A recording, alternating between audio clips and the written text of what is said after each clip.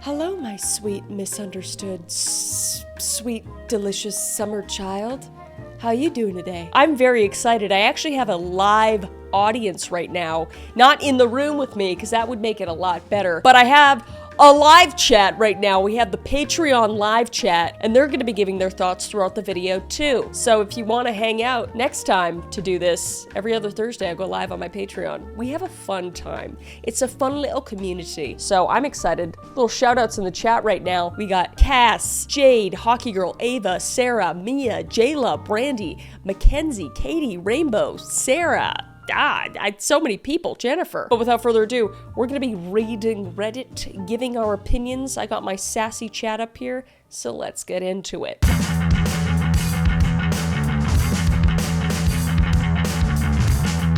Am I the a-hole for telling my wife she can't cook? Initial thoughts?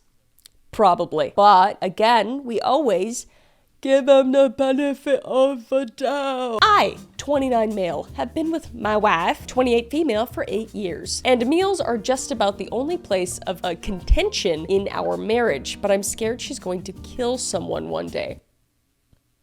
Kill someone? Dude, what is she putting in the food? Rat poison? We split the cooking in our house 50-50, but when she cooks, I feel like I have to watch her like a hawk. She undercooks just about everything, especially meat, and no matter how many times I try to politely correct her, she claims I'm being picky. Listen, I'm not eating undercooked meat, so I think that makes sense. That makes sense a little bit. That's not really picky. That's health. That's safety. You know, that's health. Health safety. Love me some E. coli. Cass in the chat. Love that. For example, every time she makes rice, I just can't convince her it's 1 part rice to 2 parts water. Everyone knows that. She always says, "Are you sure? That seems like a lot of water." All right, honey, it absorbs the water. That's why. That's why, okay? Or maybe that's how you like it, but I don't want it so mushy. That's fair, she could have a preference. The package and Google won't convince her either, and I just swallow my pride and eat the crunchy rice every time. It's like that with everything. Pasta, veggies, bread, meat, etc. Oh, bruv, Ava says. The thing is, I wouldn't care so much if it was just me, but she always wants to cook for our friends. She really prides herself on cooking and wants to make everything herself. I just trail behind her, trying to make sure it's all edible, but there's usually a few dishes that end up drastically oversalted or undercooked. Our friends will politely eat, but I notice they've been coming to fewer and fewer invitations for dinner. Oh no. Oh, she has like the opposite problem of me. I'm like a pretty decent cook, but I'm too afraid. I feel like what I make is inedible, but apparently it's pretty good. I'm gassing myself out right now, but basically, things all came to a head the other night when she went to put some chicken in the oven as I was hopping in the shower. When I came out, she pulled the chicken out and said dinner was ready, and I was skeptical and told her that it had only been like 10 minutes. Oh no. She said she pan-seared it first, so it was fine, but when I came to look, the sides were literally pink. Oh no, dude. Especially pink chicken. No, dude. No. Chesme said, doing Mrs. Doubtfire thing in order Chinese food. True. I snapped a little and told her she's going to kill someone one day from serving them raw meat. Can't you see that it's pink? That's food safety #1. She said she thought it was done and it's not her fault. Her mother never showed her how to cook chicken growing up. And then I told her, well, you're almost 30. That's no excuse for not knowing how to cook at all. Needless to say, she was pretty upset with me and I probably could have been nicer, but I've been nice about it for 8 years and nothing has changed. Yeah, I mean, that little comment was a bit snide. The one silver lining is at least she's trying. You know, she's trying, but it's kind of weird that she's not. I don't know. If I cook anything, Caleb's a much better cook than I am. If I cook anything, I'm always just like, hey, what could have been better? Is this like, what do you think of that? I ask him how to cook because he can cook way better than me. I grew up on like frozen food, so I don't know shit. You know? And if my partner was like, hey, I think this is a little undercooked, I'd be like, oh, let's put it back in the oven or whatever. Let's order out. I'm sorry. You know, the way you said it, maybe a bit of an asshole way to say it, but I think it's been 8 years of pent up stuff that I kind of understand the frustration. So like soft, not asshole. Let's see what my live comments say though. This seems like intentional incompetence. George says, interesting. I never even heard of that. That's interesting. Cass Van Geem says, how in 30 years have you never learned how important it is to fully cook chicken? Yeah, that's kind of weird, especially since he's obviously mentioned it. Ava says, offer her cooking lessons, but make it like a date maybe. That's a good idea. See, that's being innovative. I like that. Katie says, if she was never taught how to cook meat properly, then she shouldn't be cooking meat for others. It's dangerous. Yeah, exactly. Exactly. Let's see what the other comment said. Let's see what the Reddit comment said. Maybe both of you take a basic cooking class together as some sort of couples thing.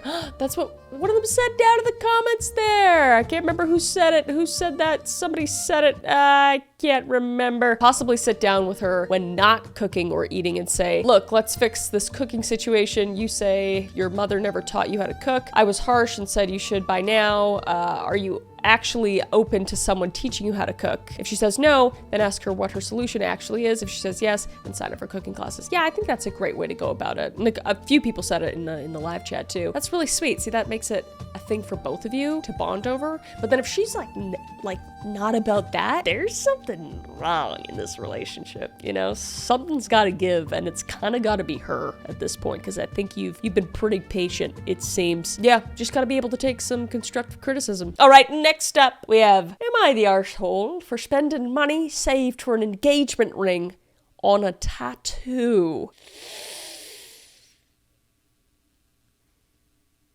Is the tattoo an engagement ring? Because that would be like kind of nice. Let's see though. Let's see. A bit more than a month ago, my now ex broke up with me out of the blue. Oh no, I'm so sorry. Okay. I don't want to go into details of the relationship or the breakup, but we had been talking about marriage before the breakup. We had settled on the wedding bands and an engagement ring. I am by no means well off and arguably live paycheck to paycheck, but I managed to always pay my bills, save money, and budget money for fun. Concerts, fancy dinners, trips to Ren fairs, cons, rallies, random events, etc. Damn, this person has a lot of fucking fun. That's awesome. While still doing all this, I managed to put aside several thousand for the engagement ring she wanted. Damn, that's a lot of money. After the breakup, I decided to spend that money on myself. Got it. Okay, this is different. Okay, I bought myself my favorite bourbon, a case of my favorite cigars, and finally finish a large tattoo sleeve I've been having worked on for 2 years. Honestly, that sounds kind of awesome.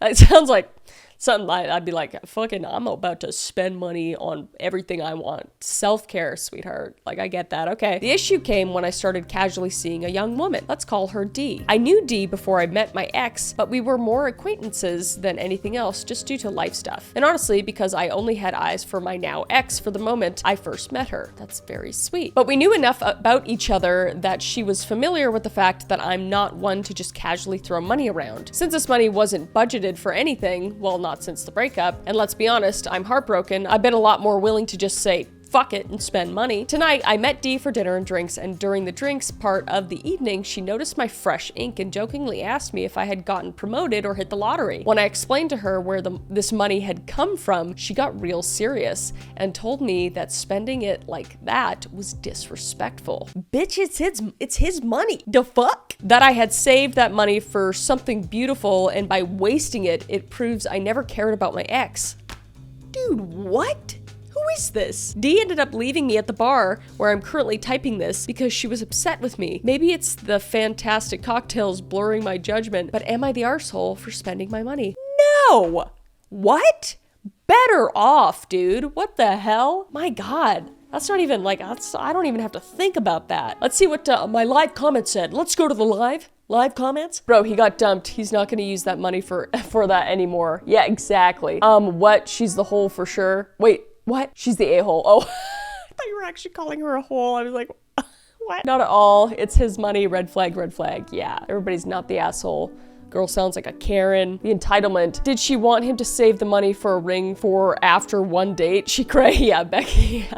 Yeah, I don't get it, man. That's crazy. Yeah, I was thinking going into this that instead of getting the ring, he spent it on a tattoo, and I was like, ugh. like there's no getting out of that. Don't waste your time with first dates telling you how to spend your money, after you had a breakup. That shit's crazy. Let's see what the other comments said on Reddit. The first one says, not the asshole. These women are gone from your life, but you have some nice new ink that will last you forever. Exactly.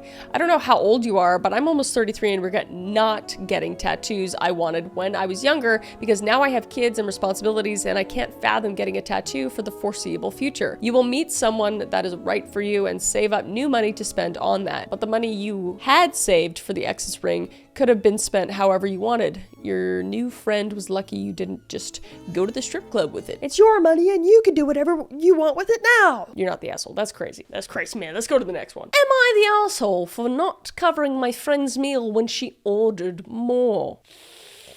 Interesting. This is a toughie.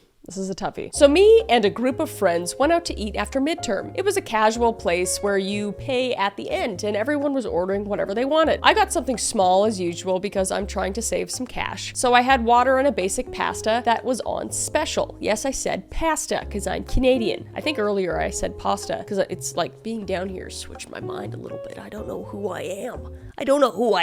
A few others did the same, but one of my friends ordered an appetizer, a big entree, and dessert, and she got a drink too. No judgment, she can do her, but it definitely added up. When the check came, she suddenly goes, let's just split it evenly. Ooh, girl.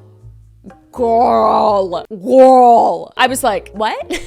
I thought we were all paying for what we ordered. She said it would be easier and that it's what we always do, which is not true, by the way. I told her I only brought enough for what I ate, plus a tip. She rolled her eyes and said, it's not that deep. Oh, this is a bitch. We're in bitch territory. And that I'm being cheap over a few bucks. But it wasn't a few bucks. It would have almost doubled what I was planning to spend. I didn't budge and paid for my stuff only, as you should, queen. My other friends didn't care and split the bill evenly. Now she's being super passive and told our other friend that I embarrassed her in front of everyone and made her look greedy. But like, she assumed we'd cover part of her extra food without even asking. Am I the asshole? No. I mean, I don't know. It just depends on your situation. Like, if you didn't bring enough money, there's nothing you can do about it. So, like, how can you be the asshole? You're like, no, I didn't bring enough money, dude. Like, the fuck? That you're not the asshole in any way, shape, or form here. I think it's so rude of somebody to assume that you're gonna cover, like, 3/4 of what they ate. Let's go to the live chat, see what Patreon Live's saying. Say no more. She's the asshole, Brandy says.